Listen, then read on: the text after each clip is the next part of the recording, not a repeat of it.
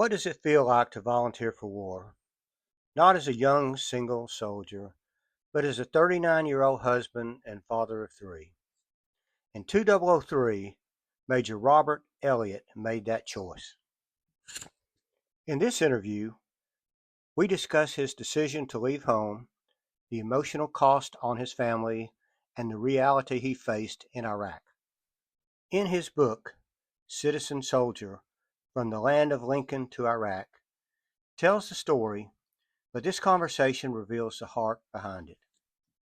And as you listen, remember, if you or a veteran you know is struggling, you can call or text 988 and press 1 for the Veterans Crisis Hotline. Um, in your background, you were 39 years old at the time with a wife, Michelle, and teenagers, a son of 12 years old, a daughter 14, and a son 16 years old. Yes, sir. That was the situation. So before we get into the details, I want to point out the first thing I want to point out is you did not have to go. Correct. So why did you volunteer? Well, it's important, and many people who serve in the military have some family history, and we talked a little bit about the history of those you and our cameraman here, and interesting, we've all got connections with World War II and the Greatest Generation, and in fact, my grandfather served, and this is one of his medals that I have, the Asiatic Pacific Medal.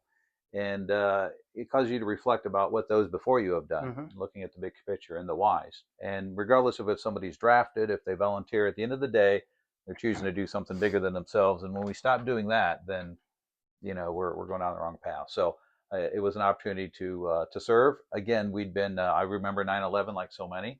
It was 2004, January of 2004, when I had this chance to put my name in for a group of soldiers going overseas in the following summer for a year. So it was my opportunity to serve. I'd been in the National Guard for 15 years.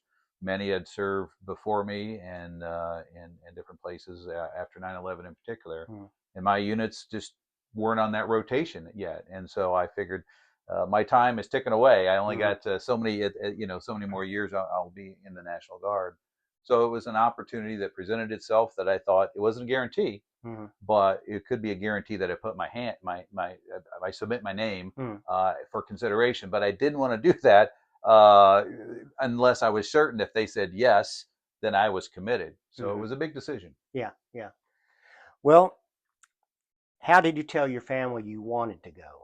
Well, once we got notification, they send these notifications all over the state that we've got a group, we want to replace them. They're there for a year. We're looking for people with these backgrounds. If you're interested, here's the due date to submit your name and why you're interested and your background, if you will. And so before I did that, as I mentioned, I wanted to have a conversation with my wife first. I was excited, and I don't know that she was necessarily, but we talked about it and thought, okay, this could be a way that we expose our children to the possibility before I commit. And so we did that, and I think that was the right thing to do. Yeah, I think one of the major points of the book that I got out of it was the meeting where you voted. Yes. On that. So, how did you call the meeting? Well, very democratic process, right? The It problem is. with voting is there's results, Yes. and if you abide by the results, then you're picking a risk in there, and although we have to be 18 to vote here, 3 of the 5 voters were under 18. Yeah. And so we were saying in our household, you've got to vote in this because it's going to impact you. To what degree we don't know. Like I said at the beginning of the book, it may be a situation where I don't come home, or I may sustain some injury, and certainly that's happened to those that have served, before and since. So they have some skin in the game, if you will. And so that seemed to be the best approach. And so my wife and I obviously had conversations before the meeting, and then we had an opportunity. We said sooner's better for me, because if I don't get my name in, somebody else is going to get it in. Or if I get my name in and they say, sorry, we've got 2 other people more qualified, that's fine too. And so we gathered around the kitchen table. I think I shared in the book about it was January because they planned way ahead. So you're going to go in June or July, but it's January so we can get the names picked out. So it was cold in Illinois, and the kids weren't outside playing. And so we gathered them around the table and had a discussion. So who spoke first? I did. Yeah. I sort of rehearsed this mentally, and I kind of had a game plan, if you would. And the best way to share information that might not be as well received as you'd like is just the bottom line up front, right? Mm-hmm. Military acronym. And so the bottom line, as I told them, that here's an opportunity. I can put my name in or not. Mm-hmm. I want to. I reminded them how long in their entire lives I was in the military, Mm-hmm. and so they were used to dad being in uniform Mm-hmm. every month, go away for a weekend, a couple of weeks in the summer, sometimes other overseas trips and training component only. And so they were familiar with it. But this was different because I told them it's going to be a year. A year is a Mm-hmm. long time. And when I was growing up, I remember my uncle served in Vietnam. I cannot imagine, even when I was in the National Guard first few years, how does somebody leave their family for a year Mm-hmm. and be exposed to whatever conditions Mm-hmm. and then come back? I couldn't comprehend it. I was willing to do it, Mm-hmm. throughout my career. But I was about to find out that Yeah. very experience, and the votes were cast, and it was a close one, 3-2. 3-2. Yes, sir. I'm not going to ask who voted for what. I think I know one from the book. I think I figured out. Yeah. So, was there discussion before the meeting with the kids, No, that or? was the first exposure. My wife and I again thought that was the best way to sort of introduce them to it instead of dragging it out and saying, "I'm thinking about it. I might do it. We'll let you know if I choose to." Mm-hmm. We wanted to make them part of the decision because it was going to be a different world. And I say that, but Michelle had some experience, I'll say, throughout our marriage and with our kids of being alone. Mm-hmm. Annual training every year, 2 weeks of the year. I'd been deployed to Poland for training and Mm-hmm. Central America for training and other training periods. And we were on active duty for 5 months at Mm-hmm. Fort Sill, Oklahoma, when our oldest son was just a baby. So they were used to it. And then other experiences through my civilian career where I was gone the first 5 months of my daughter's life, basically 2 weeks old, and it was like, I'll be back. But it's still not the same as being in a war zone for a year Correct. with all the uncertainties that Yeah, brings. people dying, and you Yes, don't and we're know if seeing you're it going to come every day back. on the Yeah, news. yeah, yeah, Absolutely. yeah. Did everybody speak at the meeting? The children and. Yeah, they had some response. I mean, some more than others. They were old enough, obviously, to have a conversation. It's not like they were toddlers, as you mentioned, 12, 14, and Mhm. 16.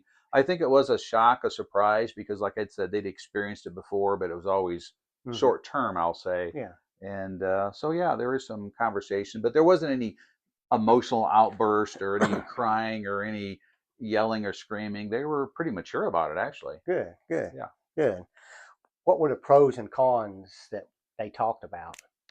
Well, certainly the con was, they were involved in a lot of activities we believe that balanced with schoolwork that keep them engaged in sports and Yeah, they were different events. wrestlers. The best The best boys are sport. wrestlers, The yes best sir. sport there is. I wrestled. A little biased in that, but I agree. It if there was ever a way to define grit, I think Mhm. wrestling is next to it at any level. Yeah. So they were, but in our daughter in softball and volleyball and things. So the life at home in terms of getting those to those different events, through, not just for a week or a month, but we're talking for over a year, Yeah. really.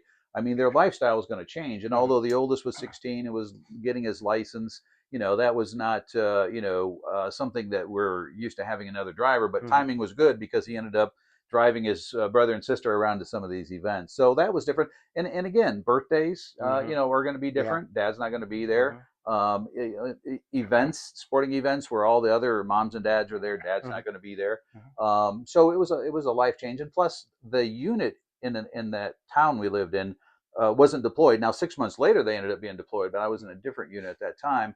And so then people in the community were familiar with, oh, it's not that big a deal, or it is, but it's not a surprise as, what do you mean your dad's in the military? Mhm. He's in active duty. He's in Iraq. Mhm. The other soldiers around here in the National Guard unit are, because I left out of the state headquarters. So again, they were the kids in school that were basically the only ones that their dad was in Iraq. There ended up Mhm. being another one down the road, and then another one individually, and then, like I said, our entire community's National Guard unit went later. And I write about one of Mhm. those soldiers that I knew that was killed in action. Mhm. But it was disruptive to say the Mhm. least for them, Oh and yeah. probably more so because as adults we can rationalize, we can understand, but Mhm. as kids, especially teenagers, it's a difficult time of life for folks anyway, usually. Mhm. And so yeah, it was challenging. It was a burden for them, I would say.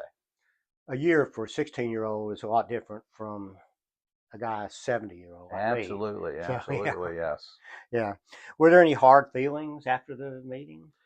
I don't think there were any hard feelings. I'll say there were sort of, and I described my deployment as an emotional roller coaster, but I think each of them had sort of a mini emotional Mm-hmm. roller coaster after that conversation. But then we knew there was no guarantee. I could submit my name and they could say thanks, but no thanks. And then Mm-hmm. it's kind of a mood issue like, wow, he almost went, but he didn't. Mm-hmm. So it wasn't like I am going next week. And Mm-hmm. even if I was selected, it would be next summer. So it wasn't like an immediate impact on them. Mm-hmm. It was more like a time to ponder until Mm-hmm. it wasn't too long after that I found out I was selected. Yeah. How did they react then?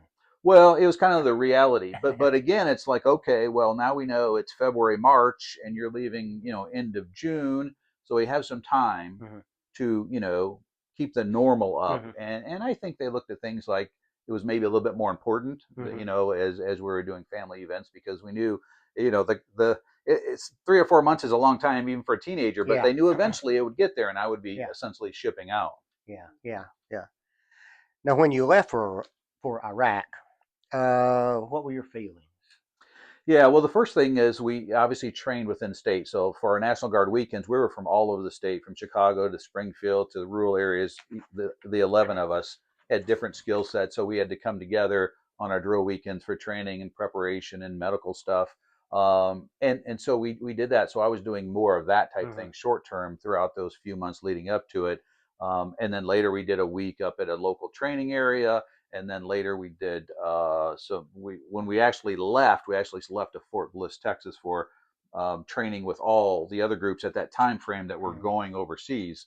And so they knew I was still in the country, Mm-hmm. but it's not like I was home, and it's not Mm-hmm. like I could come home after that. We Yeah. went from there to Kuwait to Iraq. So the early on it was kind of a gradual process. I was gone a few weekends, gone for a week Mm-hmm. here there, and then gone not to Iraq but to Fort Bliss for about 3 weeks. Mm-hmm. So yeah, the closer we got, I think the more real it became for Mm-hmm. everybody, including myself, Mm-hmm. and just the uncertainty. There's a little anxiousness, I think, Yeah. among everybody. Yeah. Yeah. Well, your first day in Iraq.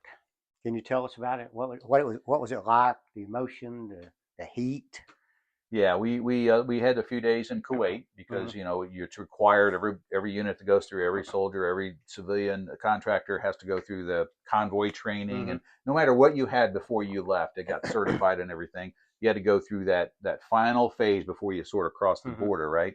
And so Kuwait was super hot. I would say Kuwait in some areas is hotter than Iraq. So Really? and it's also part of the acclimation. You're in Kuwait. There's always a threat, Mm-hmm. but not to the same degree you would have when you sort of cross the border. And so getting acclimated to heat was, we're living in tents and things. They try to make it as comfortable as possible. But when you actually get in Iraq, or riding in a C-130 was how we went to Iraq, and it was interesting because you're basically in enemy territory, Yeah. right? Yeah. And it's not like in World War II where they're trying to shoot all the aircraft out, but there are aircraft that went down. Mm-hmm. Whether it was an RPG they get a hold of or as it's landing. And I think I describe in there because I had an experience, although I was on the C-130 for training before, never in that environment. Mm-hmm. And suddenly we do sort of the corkscrew, Mm-hmm. landing zone. It's not like you're landing at Knoxville International Airport at a nice glide, right? Yeah. And Yeah. I'm thinking, well, there must be a problem here because, of course, everybody's quiet. It's super loud in there, and we had some Marines across from us, and we had I think I quoted it was a North Carolina National Guard aircraft, and that crew chief, it was a woman, was as calm as could be. And I thought, Mm-hmm. well, until I see her get worked up, I don't have anything to worry about. But of course, there and around that area at that time, there was a lot of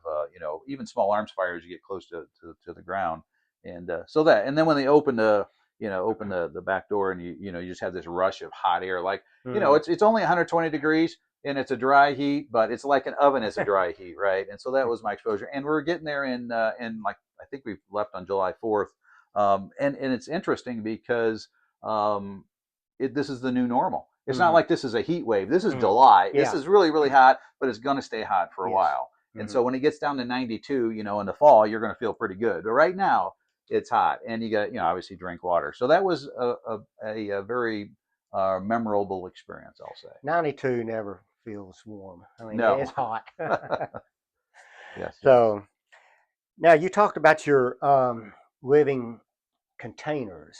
Yes, yes. Um, can you describe yours? Yeah, and that was a term that I'm sure they had an official name, but those were the square places, single door that you basically resided in, right? You had these larger buildings. A lot of them were buildings that were there before we arrived, more Hmm. stucco style, flat roofed buildings that we'd use for office space or workspace. But these were aluminum. And they were just stacked up by the hundred. You'd have a row of 50 and another row of 50, maybe 3 yards in between. Kind of reminds you of if you envision a trailer park and how they're Hmm. all lined up, and from the overhead you see the square, but they were much smaller. Hmm. I would say there's probably the width would be maybe 8 foot wide, and the length quite a bit longer, 16 foot, like Hmm. 8 by 16. Some would describe it as a pretty good sized cell if you're in Yeah. a jail. I don't Yeah. know. But you think about that. This is your home for a year, and Yeah. in many of them, it's two per container, so that Yeah. adds to it. And Hmm. they're not bunk beds; they're just individual cots. So Yeah. they're the floor space is taken up quite quickly. At some point, some would end up with individual, depending on the availability and the rank they went by. So for a while, it was me and my buddy, but Hmm. after a while, you really appreciate the space when Yeah. they have some vacancies, we'll say. But Mhm. they were good because they had air conditioning, which was Okay. shocking and it's so important, though, right? If you imagine being in that heat day and night, having the ability to respond to something would be difficult if you're just that fatigued from that Hmm. heat. So that was a plus. Now the troops that got there in the first round in '03, they didn't have those luxuries, right? They Hmm. were basically living out of their vehicles or Hmm. just establishing the bases. Hmm. So I felt pretty fortunate about that, but they certainly weren't hardened. In Hmm. other words, there was not a lot of a force protection is the term they would call from a threat. Tell us about when you went to your living container and found a mortar shell. It had gone through the roof and landed right in the middle of your bed. Yeah, well, in this case, the reason it was funny after the fact was because we are at the dining facility where some comedians from the city of Chicago were part of the USO tour. So we had this chance. We had maybe 200 personnel and different services and civilians that were there, and they were telling jokes, and that was very funny. It had the thing they went from base to base throughout the Hmm. country. So it was like, yeah, and they're from my home state of Illinois Hmm. and Chicago, and they had that sort of accent. So it was a good kind of a break, right, Hmm. in the environment. And so when I went back to my living container after the event was over, I usually was pretty consistent with making my bed, which was Hmm. nothing more than putting the blanket, over the Hmm. bed. And so it was very apparent to me that there was something in the center of it. It wasn't a mortar; it was a round from a AK-47. Okay. But when I saw it at first, because I got my magazines and all my rounds, and I thought, huh, did I load a magazine and it left a round? When I looked closer, it wasn't the full round; it was just the bullet that Hmm. had been expended from the round. And I thought, well, that doesn't make sense. We had the ability to lock our containers, Hmm. for privacy, and then I looked up and I could see a hole in the ceiling, the aluminum with Hmm. some whatever little insulation they had, but it was poking through. So then I Hmm. knew it was a round that had been fired, probably randomly over the wall, because we had Alaska barriers, which were like probably 15-foot tall concrete barriers around the entire time. But it doesn't stop. It's not a net. It doesn't No, stop no. from things from coming in. Yeah. Mortars, we had an attack later, just a little bit later, but for that experience. But nonetheless, I reported it to the MPs. They took the round, and they had other events that had happened from time to town. Folks outside will just fire over and hope to get lucky. And Yeah. unfortunately, there were also mortar attacks throughout the area in which there was some fatality. So, Hmm. looking back, boy, it would have been nice to have a little bit more force protection on the top of those if we Yeah. knew that was a problem. But Hmm. you can imagine the time, effort, and energy. But that was something that made me realize that, not that it had so much force that it would have done any damage, because it was on the top of the mattress. It had slowed down, obviously, but nonetheless, it's like we're susceptible day Yeah. and night, Yeah. even in the safety of your base. Yeah. So Yeah. it kind of was a reminder that don't get too comfortable. Can you tell us about the first time you experienced any kind of violence over there, whether gunfire, mortar, um, explosives? Yeah, unfortunately, over the course of the year, I was exposed to all of those, Hmm. which I would be happy with it was zero. But the first one, it seems to be more impactful. So we got there in July, and it was like the middle of August when Hmm. we were in one of those buildings, which was where our office space was for planning and things of that nature. and that's when the first mortar landed. Never had that happen to us before. Now, historically, there had been mortars fired into the base, as there have been others, some more than others. But it was a new experience for me, and I wasn't really sure what it was at first because you've got all kinds of other things going on there, and so I think there were 6 to 8 mortars that were fired. Again, kind of indiscriminately, but there's always that question about, was there somebody working in there as a contractor who shared information about locations? But nonetheless, it was impactful because even though fortunately I was inside, it doesn't guarantee protection depending on the size and the point of impact, because we all have glass windows. But in this case, they were throughout the area outside our building. And after it was over, then I had an opportunity, obviously, to walk and see the damage. There was somebody from our dining facility, a civilian employee, that had a piece of shrapnel in their eye. There was a civilian contractor in one of the trailers, which is basically a small mobile home workstation with aluminum walls, that had a piece of shrapnel hit their ankle. And so there were some injuries, and then to show the potential, a couple uh, manhole covers were knocked out, which I thought, how does it have to hit that to make that happen? But nonetheless, there was enough of an impact where they hit.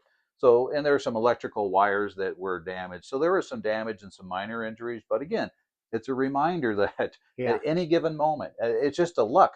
The fact that some person is walking here and there, and somebody else is in a building, they're not aiming with a scope. They're just firing over. Yeah. And so you're ever at risk. So it's just another one of those reminders that don't feel too safe. Yeah. Yes. Okay, in your book on page 69, okay, you say, day 12 and the reality of war emerged. Death was upon us. Before the day ended, I made a new friend. On the same day, I lost a friend. So can you tell us about that? Yeah, even more impactful.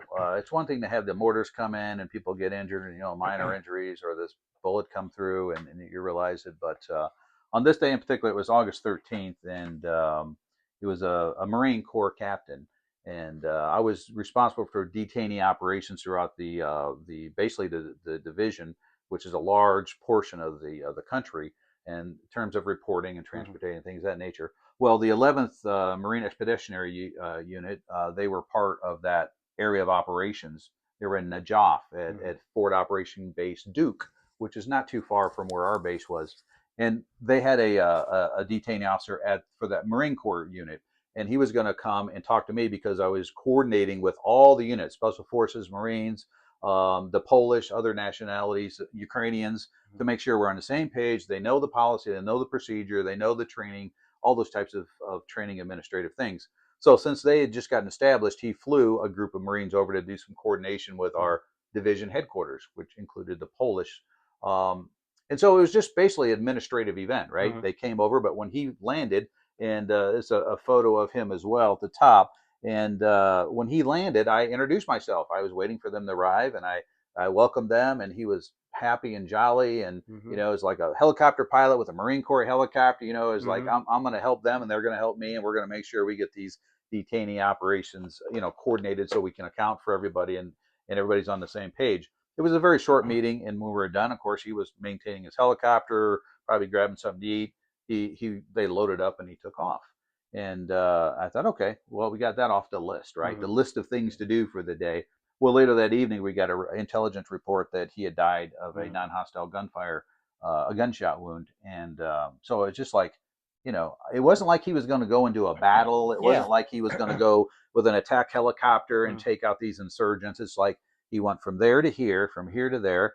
And he hadn't been in country very long, but a couple pieces of that. I didn't know about his background. To me, it was tragedy. It was like, again, at any given day, anything can happen to any of us. He was a captain. He wasn't like a guy with a rifle engaging in a battle, right? Going door to door. He had a very specific skill set, but he was gone. Nobody could change that, no matter what the circumstances were. And so when I started writing the book, I researched him, and the fallen.militarytimes.com has a list of casualties. And so I was able to take that information and then look where they cited some things in his home state of Washington and find out some more. And I found out that he was married and that his son was either going to turn 2 in 8 days or 8 days before turn 2. So Mm. again, and that was 2004. So that means his son was born in 2002. And even to this day, I wonder, is his son follow his footsteps and Mm-hmm. join the military? Mm-hmm. Or is it one of those things that his dad died because of that, or that was a factor? And so, his son would be 24 years old now, Yeah. and there is a side story, if you want me to share, just a Yeah. quick one Yeah. about that. So before I wrote the book, I wanted to reach out to the families of Mm-hmm. the fallen that I was going to mention, Mm-hmm. because out of respect for them and let them know that this is going to happen. So based on the news article, I was able to find her name and look on social media, and I thought, I'm pretty sure this is her, because of some of the posts that she had made earlier. And so I sent her a message, and this would have been when I first wrote the book, probably 2022, and no response. And I thought, well, good faith effort, who knows, people change. And after I published the book, I got a Facebook message from her. Mm-hmm. Hey, this is so and so. I don't do Facebook, but I saw you sent me a message. I don't know what this is all about. So I responded and Mm-hmm. kind of let her know that I wrote the book, that I met him briefly. Mm-hmm. Such a good experience that I wanted to share his story. And so we went back and forth. She was a little bit alarmed. She was in her message, like, wait, I thought it was just a corpsman when he died. Were you there too? Mm-hmm. Like I was there, and had some Mm-hmm. more insight for closure, and explained what I just told you about the brief interaction, and told her I'd send her a book. Mm-hmm. And she responded weeks later and said, thank you so much. Mm-hmm. I shared it with his helicopter buddies, who she's still connected with, Mm-hmm. and I think his mother. And she said it was so meaningful that that somebody who met him so briefly Mm-hmm. had that type of connection with him, Mm-hmm. in terms of my perspective of that interaction. And then she sort of trails off, and she said, I just can't stop crying. And we're Mm-hmm. talking, 18 years later at that Yeah. point. And so you could really feel the emotion Mm-hmm. that's tugging her. But it made me reinforce the importance of sharing stories of those Mm-hmm. that serve, because they're forever lost if we don't share them, right? Yeah. Did you say it was non-hostile gunfire? Yes, and Mm-hmm. so we can speculate, and certainly I didn't ask her, but there were all types of things that transpired. Like I said, there was 21 other nations there. Yeah. Sometimes people are loading and unloading Yeah. weapons. It could have been It. that. It could Mm-hmm. have been, it could have been. It wouldn't, obviously wasn't in a battle. Intentional. Yeah. Yeah, yeah, it could have been somebody unloading. I don't know, and of course Mm-hmm. the stories don't go into that detail, but Mm-hmm. nonetheless, at the end of the day, No, yeah, he's not he's there. Yeah. exactly, and Yeah. it's tragic, and again, from her perspective, she may have think that it didn't have to happen, if sort of somebody didn't make a mistake, or I don't know what the circumstances were, but Mm-hmm. but again, another example of it's a real deal. Where we're at any given day, there's no guarantees. Yes. Let's see. I want to talk about, unfortunately, another death. Yes, yes, On page 139, you said 41 soldiers and Marines died in Iraq during the first 2 weeks of December 2004. hmm, And one of them was just a few feet of me flying home in a coffin. right, right, And that was when you were coming home for Christmas. right. Who was the hero under the flag? Yeah, yeah. It was Sergeant Tina Time, Mm-hmm. and interesting. I didn't know at the time, as you pointed out, but when I started writing the book, I thought, I know the date, I know the location. There's got to be a way to find out. And so Mm-hmm. under Military Times website, I was able to narrow it down and find out Mm-hmm. what this, in fact, is the person. And it's just amazing, because as a sergeant, you don't do that after basic training. Usually, it takes a while. And this Tina was in the reserve, Greg was in Marine Corps active duty. She was Army Reserve, and it seems as though there's a convoy, lots of convoys, going both ways, and somehow there's a collision. I don't know if it was somebody's distracted or if they were injured or what happened, but anyway, it was a collision between coalition vehicles. I don't even know if the other one was American or not, and that's how she died that day at 22. So to be a sergeant at 22 is impressive. And then I went and looked at the comments on the military.com site, and people that had served with her and worked with her, obviously had a lot of accolades on Mm-hmm. how dedicated she was to be Mm-hmm. a soldier. And then even back in her hometown of in Tucson, the Pima County Community College, where she went and worked, very complimentary about her at that point. And so it was interesting to sort of, after the fact, see behind the screen about Mm-hmm. who was that person. And as you can imagine, I was with two of my fellow soldiers on my team that were going back for Christmas. Fortunately, others had already gone or wanted to wait till it was closer to go home. And so yeah, just to experience that solitude. And then when we got into Kuwait from Iraq, they switched planes and we went off to to get our commercial flight back. They had the Mm-hmm. full honors were given as the casket was removed, and I remember the back of the plane lifted up, and it was sort of Mm-hmm. a rainy, which was sort of unusual, Mm-hmm. and it just kind of added to the moment. But I point out here I am going home to see my kids and Mm-hmm. family for Christmas and Yeah. celebrate, and at some point her family got notified, and Yeah. they were notified she's not coming home for the holidays. Yeah. She's coming home to be buried, and what a dynamic of emotions, right? Yeah. And so I'm helpful, hopefully be able to share these things, or these weren't isolated, these were throughout our time in service and really throughout our nation's history Mm-hmm. were these types of stories, but we never really drill down to that specific aspect of individuals and just the tragedy of it all. Mm-hmm. In these interviews, I like to bring out people who died for our country and the Yes, backstory as well. Them, not it's not just a name. right, It's just I like to hear their background and where they're from and their family, and I think that's important. Um, we don't idolize people who like that. We idolize actors and the wrong kind of right, people, right, right, right, and so that's. Okay, you mentioned convoys. Let's tell us about the convoys. Where were yeah. they going? And you So, know, because of my background with about 16 years at the time with the Illinois State Police as a trooper, they had me there in my team of 11. We each had different assignments. That's specifically for that assignment to replace the previous team. And so we had a judge advocate general, an attorney that I worked closely with, great guy. And so he was the legal advisor. And we had operations, we had supply, logistics people, we had communications people. All in this case, all these were officers mm-hmm, because they were liaisoning with their Polish counterpart officers, right? And so because of my background, I was the S1, which is administrative, keeping track of the orders and all that, but also as a detainee officer, and I mm-hmm, didn't really fully understand what that meant, but it meant the training and also responsible for the transportation, not of every detainee, but from those that leave our base for whatever reason, captured, detained for different reasons. Oftentimes, I and sometimes a legal advisor, after reviewing the packets, what they were detained for, what the evidence is, we would drive the convoys up to Baghdad to where they had basically court. And the detention facility, they would go to court, and then there would be a disposition on whether they would be released back to their community, which happens sometimes, or whether they would be detained for a longer mm-hmm, period of time. And so I ended up realizing that convoys was the normal transportation method, as opposed to aircraft was reserved for military mm-hmm, operations as much as possible. And so I ended up on, I think it ended up being about 140 convoys over the year, about mm-hmm. 5,000 miles in different areas.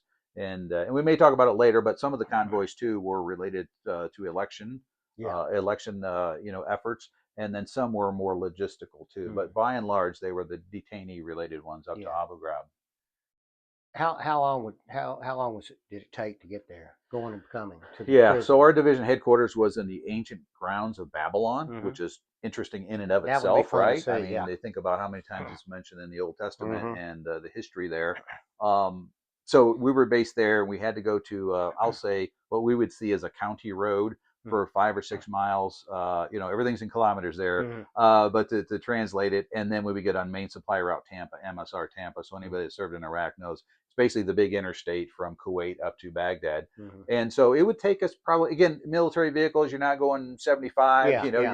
you're probably going 55 to 60. And it's probably about a 2.5 hour drive there. Mm-hmm. And then later in the year, we moved further south to Qadisiyah province, where the ancient ruins of Mm-hmm. Ziggurat, this was another piece of history, Yeah. and that just added like 40 minutes to our drive. So Yeah. now Yeah. we had further to go. And Mm-hmm. in the more time you're on those roadways, even if they look and feel like interstates, the more risk you have, because those are the I'll say the choke points, even though they're straight interstate, of Mm-hmm. somebody putting an IED or explosive device on Mm-hmm. the road, or some type of attack. So there were in fact some of our trips up to Baghdad to the Abu Ghraib facility. If we had other administrative things to do in the green zone or the headquarters, we would basically stay overnight. So there's occasions, and we would oftentimes stay at Abu Ghraib. Now, not in a cell, Yeah. but they have sort of a warehouse next to it where they had basically lodging for people that were commuting Hmm. from one base to another. So we experienced that as well. So I guess I was in prison a few times up there. It's not safe being there either. Not at all. No. No, in fact, I'd say it's more dangerous. Yeah. And some of that area because there's so many of those little bases right around Baghdad and the Baghdad International Airport BIAP, we refer to it as the acronym, that you had to be what they refer to in full battle rattle when you were Mm. there. Meaning in our base, not that we weren't at risk, but you didn't have your big vest on and your Mm. Kevlar helmet and everything. You would keep that secured until or if the threat level went up through Hmm. intelligence or attack indicators. But out there, you go to the bathroom, you go to the dining facility for a cup of coffee. You're in this heavy, 40-pound protective vest and your Kevlar helmet and everything. And so that's how risky it was. And a much more densely populated area Hmm. outside the perimeter of the Hmm. area. And so it was very risky. Yes. So they're shooting at you all, firing mortars and everything. They don't care if they kill their own people, do they? No, not at all. You, Because culturally, it's they're in a better place rather than to be with us, if you hmm. will. And the other piece of that is, based on my police experience, is they don't know what these detainees are going to talk or Yeah. tell, Mm. and so it really protects them Mm. because if these people want to make a deal, we'll say right, and they talk, well, maybe somebody's going to be revealed Yeah. that's kind of working for us, and now they're saying no, they're not working for you. You see what I Hmm. mean? Yeah. So there's multiple things that makes it dangerous to do these convoys because they are the detainees. Even you think, well, they're trying to shoot us, not them, but Mm. you never know. Yeah. Mm. Well, the people that were at the prison, a list here: active insurgents, Yes. extreme operatives, bomb makers, organizers, and violent criminals. So when you picked them up, how were they? Were they belligerent? Were they, how did they accept being captured? Yeah, so I can give you a couple examples. Now, I wasn't the one going through the front door capturing them at all. It Mm. would be the special forces would Mm. have these captured detainees. It would be the Ukrainian Mm. forces, the Polish forces. They're all doing their missions, right? And they come across, this vehicle that is on the side of the road, and maybe it has bomb Mm. components in it, right? Or they have information that somebody is, taking photos. And so one example is we had evidence that this person was taking photos of our base. Mm. And so they detained them, got the Mm. film developed, and realized he was really taking pictures of the landscape. Mm. So that's a great example. Not everybody that got detained was, a Mm. violent criminal, Yeah. but there was suspicion, reasonable Mm. suspicion, or probable cause, however they frame it, that there is some indicators that there could be wrongdoing here, Mm. and we're not going to just assume that they're, just taking pictures of birds. The other examples, though, are more devious. They've actually committed crimes, right, and Mm. they're caught, and so their information packet would hold that. And let me just share you one example of one of the individuals I recall very vividly. I think I write about it. So this person actually has a suit on. It's surprising. It's like, not your typical dress for Mm. somebody that's up to no good. And it's one of the, I think, the Polish soldiers, as we're stopping and unloading at Abu Ghraib to get him in, and he sees on the packet that he's accused of killing Iraqi police officers and beheading them, Mm. which is something we've heard occur during Mm. that time frame. It was just hard to believe because he spoke perfect English, Mm. very articulate, and I overheard this conversation. I thought, this guy, he might be up to no good, but I don't see him being the guy with the knife, right? Mm. And even if he was, I don't see him telling anybody. He's Mm. at Abu Ghraib. It's probably going to be used against him, right? Yeah. And he just very clearly said, "Yeah, I did it, and I'll do it again when I get a chance." He was almost proud of that Mm. statement that he, was standing up for whatever he stood up for. Mm. So again, just another reminder: you just can't assume anything because No. that person was not only, obviously had conducted those based on his own words, but he was proud enough to it and Mm. went out of his way to share that Yeah. aspect of the story. So those are the folks that were among us, I'll say, in many Yeah. cases. Yeah.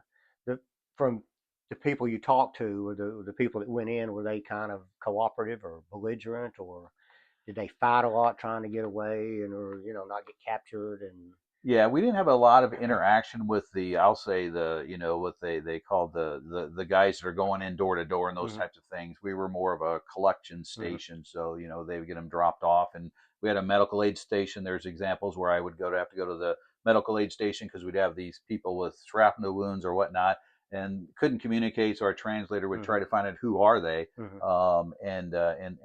so there would be those examples where we'd have to figure out what's the next step for Mhm. them.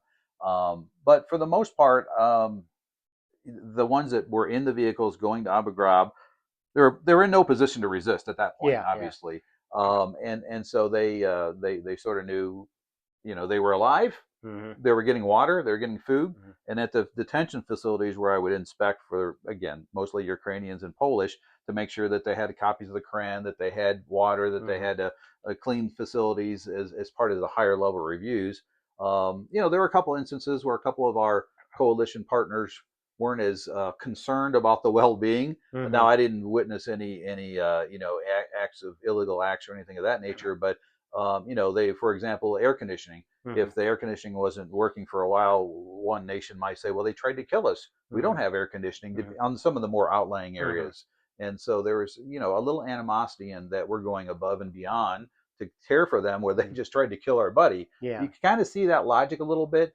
But then you reflect back on what happened just before I got there with Mhm. Abu Ghraib and the Mhm. Army Reserve Unit, the Mhm. abuses that occurred. And it's like, at some point, you know, we have to, you know, we have to make sure that on the front end that we're communicating the importance of caring for them, because we also had POWs over there in Mhm. their care Mhm. and in other conflicts, and we know it's one of those things. So, but it's different because we had to, you know, inform and educate and train other countries. Mhm. But then we saw with the Army Reserve Unit in that one situation where it wasn't other countries, it was our country, Yeah. and we had to acknowledge that the wrongdoings. And I would say when I came in '04, the level was way up here on Mhm. accountability, Mhm. inspections, training, making sure that there's no chance that will ever happen again. And also, the folks in the community, the locals, were more angry than ever because what they Yeah. had been believing, they're going to say, now you even yourself say that that happened, Mhm. and so now you're at more risk of getting harmed because they see you as a threat and the person that's causing harm to their community. For the audience that might not know, can you go into what happened during the torture and the pictures and all that at the Yeah, prison? I think it was late '03 or early '04 before we got there. There were some photos that emerged on social media purporting to be detainees in the prison facility of Abu Ghraib. Now there was a large one also, prison facility in southern Iraq, and smaller ones elsewhere, but that was considered the main one. Mhm. And these emerged, and then obviously there was some follow-up investigation, like where did these come from? Who did these take these? Are these real? Mhm. And it turned out being yes, they were real, and there were some low-ranking, you know, soldiers that were assigned duties there to basically, you know, feed and maintain and account for these detainees that in their downtime apparently were committing these acts Mhm. of violence to some degree Mhm. and exploitation. And then it went all the way up to where there's allegations that why are the soldiers doing it? What about their command? And what Mhm. about the top command, the general in charge of that facility? So there's a lot of finger pointing, but at the end of the day, regardless, there's you know, court martials and accountability to Mhm. some degree. But some people argued that it should have never happened to start with if there was control measures in place Correct. to monitor, to prevent. And so that was a big eye opener, and it really reflected poorly on our country, especially at that time when there was a lot of attacks on our military personnel. Correct. Yeah. It's a bad situation. Yes, yes.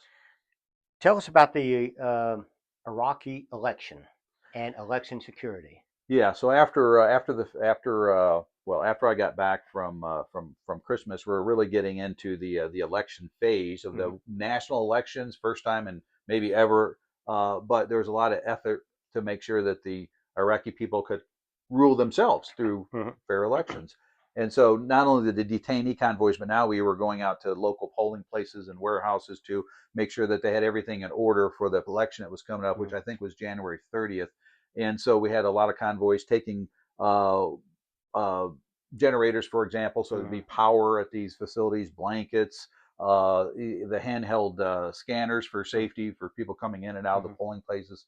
So we had those types of missions, and that put us into some of these more congested urban Mm-hmm. towns. Now, maybe not millions of people like Baghdad, but maybe 100,000 people, which is a lot of people when it's a narrow road going through, and all these cars are on the side with these milk jugs trying to get gas at the one gas station, Mm-hmm. and they're just, you don't know if they're really in line or if they got an explosive device, and it's just the people are crowding the streets. So we were exposed more, I'd say.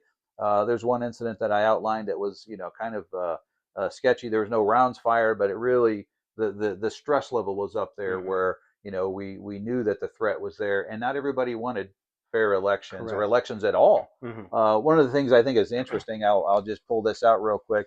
This is a sample ballot that we had to as part of the education process. Now, I didn't have anything to do with education, but could you imagine filling that ballot out? And of course, I don't know what the names are, what the writing is, but the national elections were nationwide. It wasn't like a governor Mm-hmm. or a mayor, right? So these are different folks that were running. So you could see the competition Yeah. amongst these people running for office, probably.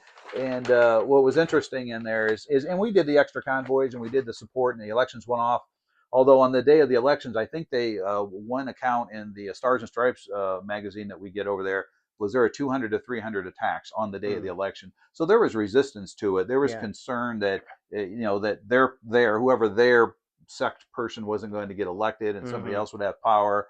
So although it was conducted and it was considered a success, it wasn't without bloodshed throughout the Mm-hmm. country. Yeah. Yeah. When I saw the chapter in the book, I thought this can't be safe.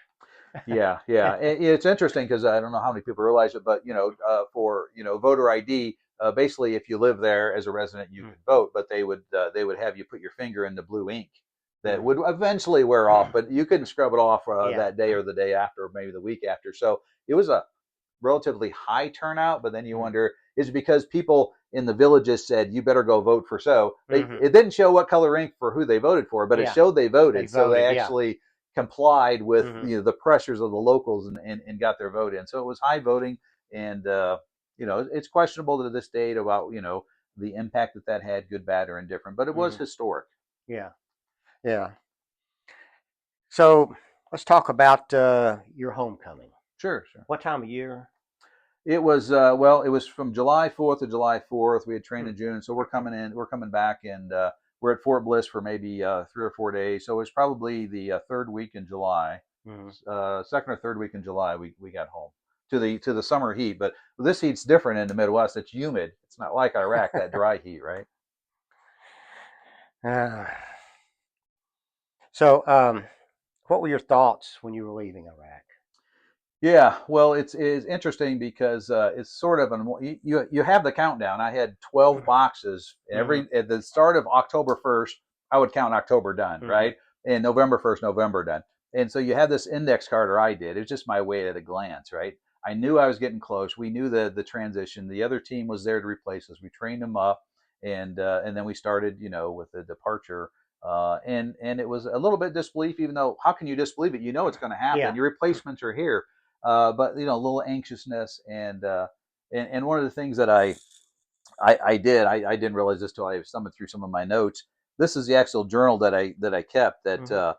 that actually the book is based on, right? So Mm-hmm. Michelle gave that to me when I was leaving, a Mm-hmm. very thoughtful note, and I had this with me on the plane. And so I'm not very legible in my writing, but I was able to write some of this day for that Mm-hmm. whole year. But at the very back of it, somewhere, I think it was in a postcard I sent Michelle. I'm sort of getting ready to come home, and I had these lines, what I was going to do as it related to the military, my job with the state police, the family and personal, and a couple things I put in there was what we were going to go on vacation that summer. We already had it Mm-hmm. booked at a location. We're going. Somewhere cool, probably. Yes, yes, yes, and yeah, along a cool river. What we're going to do Christmas vacation. We're going to go to Alaska in August, which we eventually did, but not then.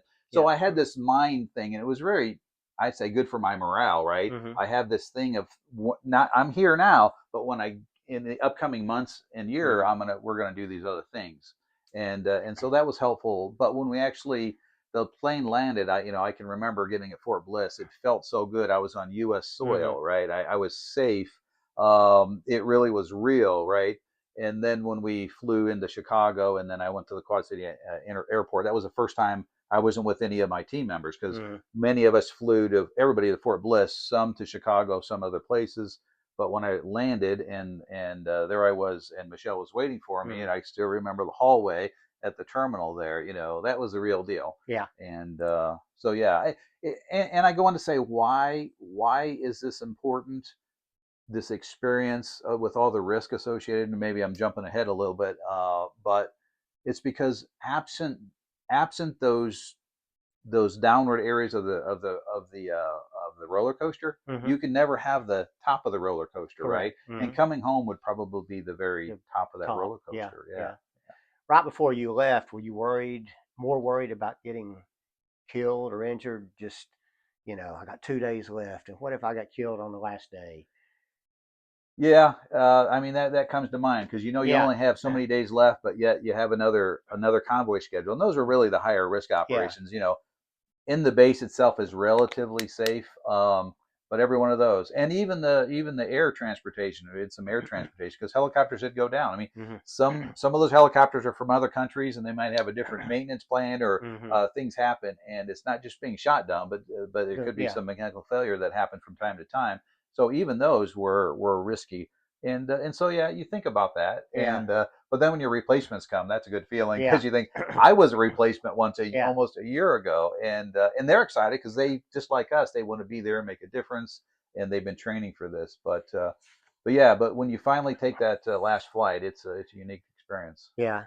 How did the decision to go and spend time over there, how did that affect your life afterwards? It's interesting because there's no way we can do the experiment of, okay, Without, if I yeah. live this life and didn't go and I Mhm. live this life, but I think the big take, and certainly, was there negatives that happened as a result of that. I mean, fortunately, there's no physical injury, and nobody close to me died. I mentioned those that I knew that died, and I'll just because I want to make sure I get this in that Kyle Worley died as well, but he died 6 months after I got home. Mhm. Kyle joined the National Guard when I was in high school. We were in the same unit in Western Illinois, and so I saw him much of his early career. And many of the people that I knew from that unit were there, and I actually saw some of them. I was halfway done with my year; Mhm. they were just starting their year.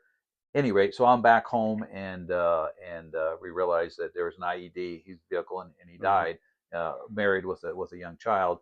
And so again, even being home, Mhm. it's no escape No. from the risk and the threat and the ongoing conflict because I remember going to his funeral and seeing so many people, but it was such a sad situation. So again, it affects me in a negative way, in that we've had experiences like Mhm. that and others that didn't make it back.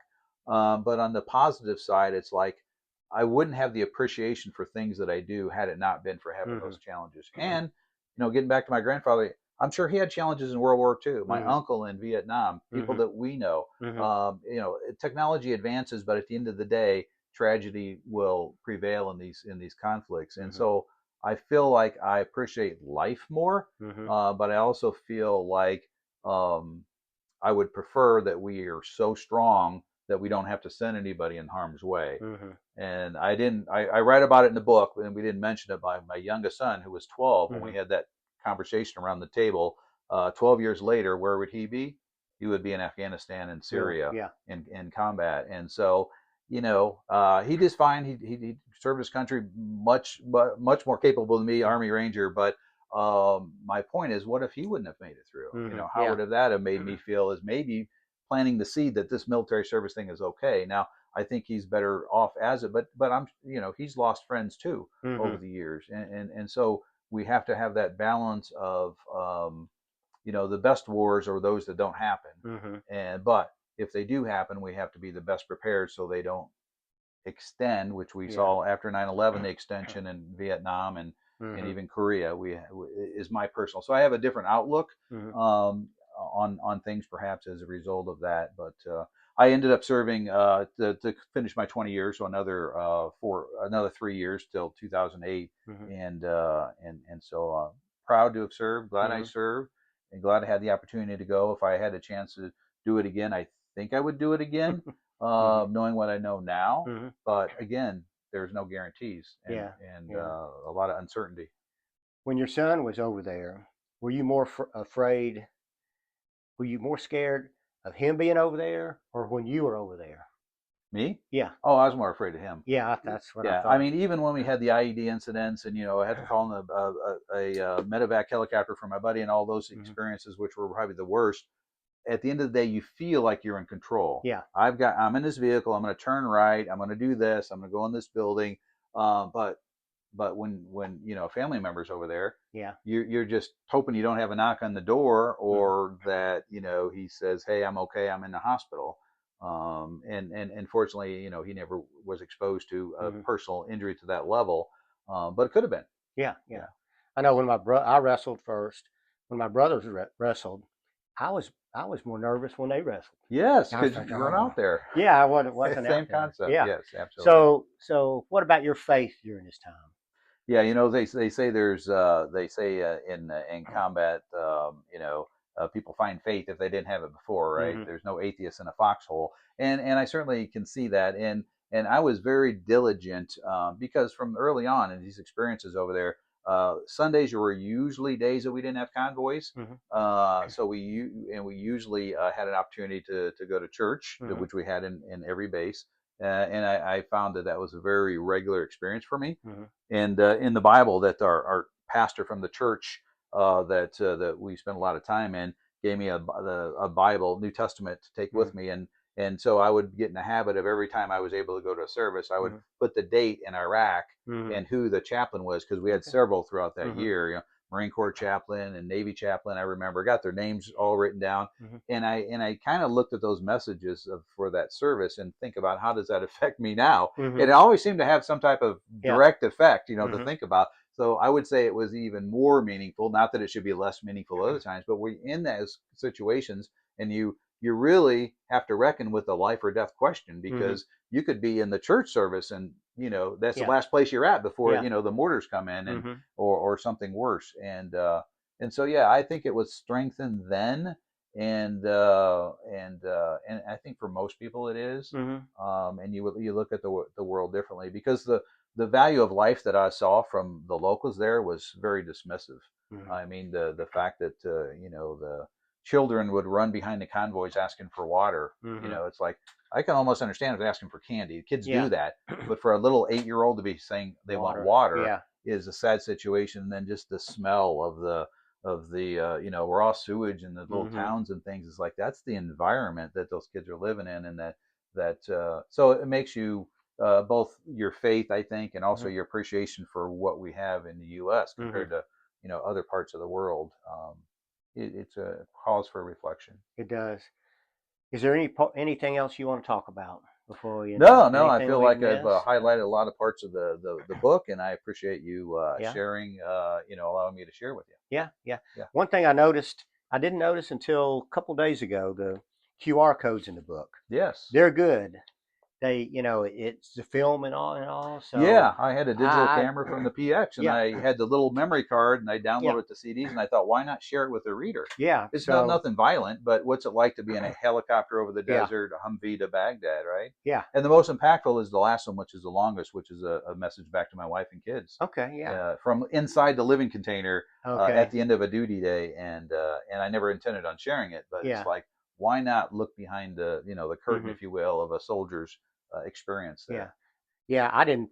I haven't seen them all. Hmm. I discovered Yeah, them too late. But yeah. yeah. So well, Bob, thanks a lot. I Yes. really enjoyed it. I enjoyed your book. I got Thanks, Jim. I downloaded the audio version too Excellent, because I excellent. do better listening Yes, yes, and I can yes. take notes. So Yeah, yeah. yeah. A win-win with that. So I'm glad we were able to do that. Yes, yes. Yes. Okay. Thanks.